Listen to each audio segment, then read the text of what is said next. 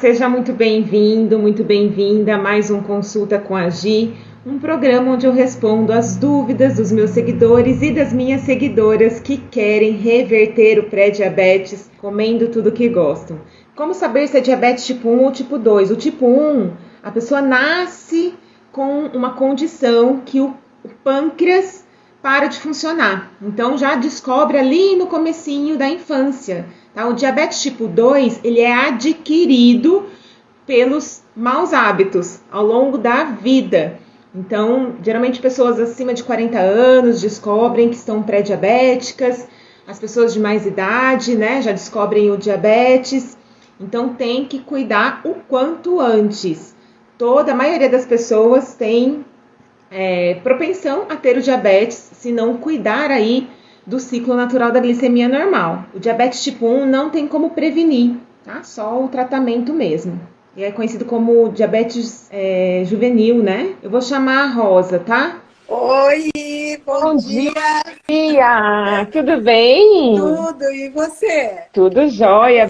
Bem-vinda. Obrigada. Então, eu estou seguindo Gi. você e a minha, não sei se é pré-diabetes já ou é já uma diabetes. Porque eu tenho tomado o remédio, só que ela não tem assim, às vezes está baixa, às vezes não está, entendeu? E às vezes eu nem como carboidrato, porque eu já sei que, né, foi o que você falou, você pode comer carboidrato, pode comer pão, pode comer tudo. Só que eu evito muito. Aliás, na minha vida toda eu evitei.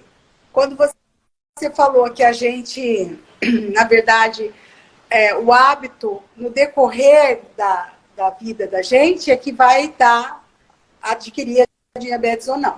Mas eu sempre me cuidei. Caldo de cana eu nunca tomava, porque eu morria de medo de tomar caldo de cana. Eu falei, nossa, eu vou ter uma diabetes. Açúcar, né? Mas eu não sei mais o que eu faço. Olha só, gente, veja só o que a Rosa está contando aqui pra gente, né? Que ela sempre evitou carboidrato e depois, né, que descobriu essa condição. Mesmo sem comer, às vezes fica sem comer e mesmo assim não abaixa, né? É porque o problema não é comer o carboidrato apenas. É como a gente come e tem outras questões que vão influenciar nesse aumento da glicemia. O ficar sem comer, ficar muitas horas sem comer, né? O sono, as emoções influenciam. Perguntaram se era mito ou verdade o diabetes emocional. E é pura verdade. Não que existe a classificação de diabetes emocional.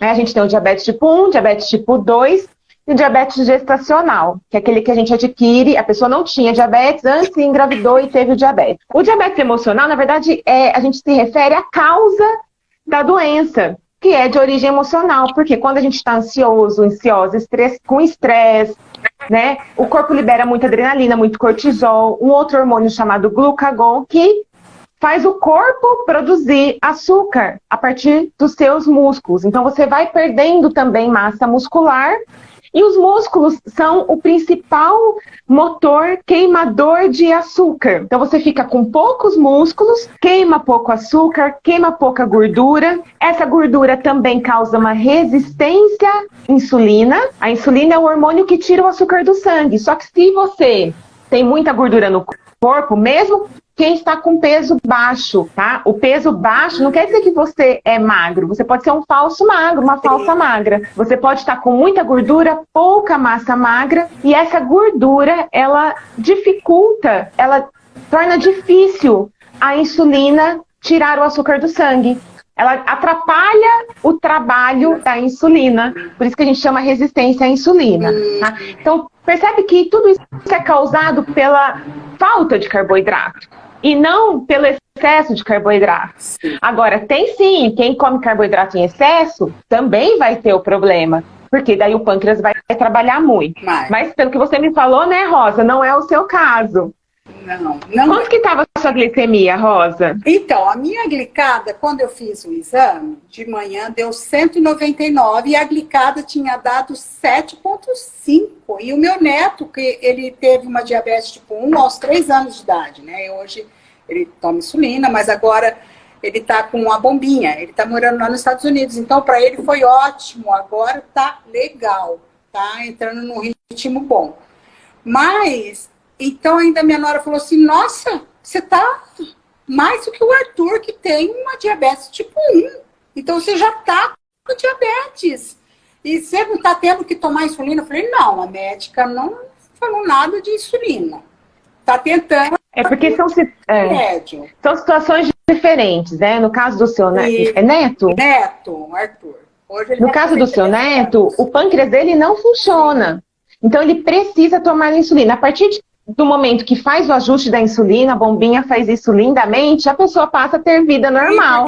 Claro que do mesmo jeito. O trabalho do pâncreas, na verdade. Exatamente. Claro que ele vai ter que cuidar sempre dos hábitos, assim como uma pessoa que tem o pâncreas funcionando. No seu caso, Rosa, não é o mesmo problema dele, apesar dos sintomas ser o mesmo, tá? Qual que é a situação? O seu pâncreas funciona, você tem, né, o funcionamento do pâncreas, só que a insulina não está conseguindo fazer o trabalho dela, ou o seu pâncreas não está conseguindo produzir a quantidade de insulina suficiente.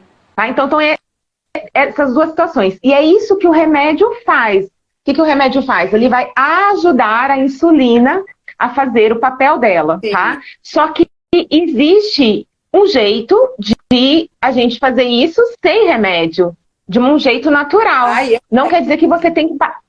Não quer dizer que você tem que parar de tomar o remédio, tá? Não pare de tomar o remédio sem falar com o seu médico, porque podem ter outras condições aí associadas que a gente não sabe, né? E que às vezes o médico nem conversou direito com você.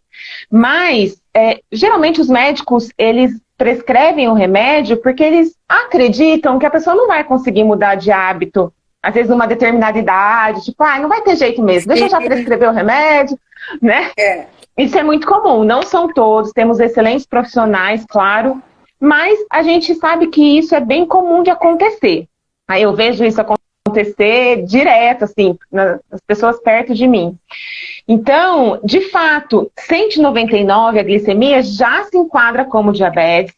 Você vai fazer o tratamento médico, conforme o seu médico sugeriu, só que ao mesmo tempo, a gente não vai se limitar a isso. Você tem que cuidar daquilo que realmente está fazendo com que o açúcar fique alto, para que vá diminuindo a necessidade do remédio. Então você começa a cuidar do que realmente está atrapalhando.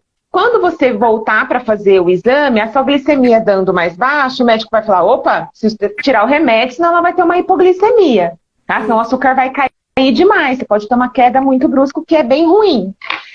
E aí o médico vai falar, bom, ela não precisa mais de tanto remédio, vou diminuir aqui a dose, até chegar numa dose mínima, e mesmo assim, se a sua glicemia continuar normal, continuar baixando, pode ser que ele tire totalmente, e assim a gente deseja, né? Assim a gente trabalha para isso. Na verdade, eu nunca cheguei a ter a hipoglicemia, é muito interessante isso, entendeu? Por quê? Porque talvez eu acho que eu controle na alimentação, porque eles falam tanto do mesmorfina, do glifage, que não é legal, porque eu tô tomando o Clazic e o glifage. Mas às vezes eu só tomo eu diminuo sempre a quantidade do remédio, sabe? Porque eu sou contra remédio. Ainda mais eu sou meio intolerante a ter diabetes. Aí eu diminuo a dosagem, eu falo, bom, se eu tô fazendo uma alimentação legal, não tem motivo e tá dando boa a glicemia, ela nunca chegou assim a 400, 300, porque tem gente que chega a 300, 400. Aí tem que internar. Aí, pelo amor de Deus. Então, tá, nesse número é bem perigoso. Controlando, né? Justamente por eu ter medo do remédio também fazer um efeito colateral, porque ele tem, né? Sim, muito. Então aí eu fico com medo de atacar outras coisas, né? Estou curando a diabetes e estou prejudicando outros órgãos, né? Que vitais também. Então esse é o que eu gostaria. Uma relação de alimentos, porque o endocrinologista costuma dar, não sei se alguém especificamente faz isso para a gente controlar. Não sei se é endócrino que faz uma mação para você controlar, não sei se você tem que procurar uma nutricionista, eu não sei, entendeu?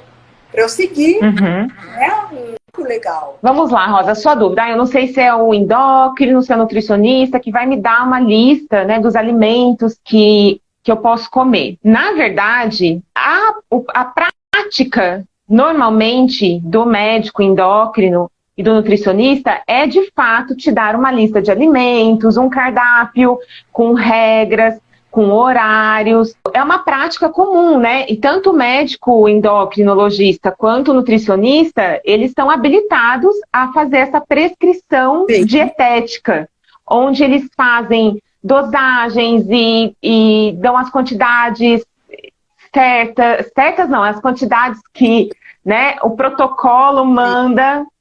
Só que o que acontece, e é o que eu mais recebo aqui, eu estou fazendo certinho.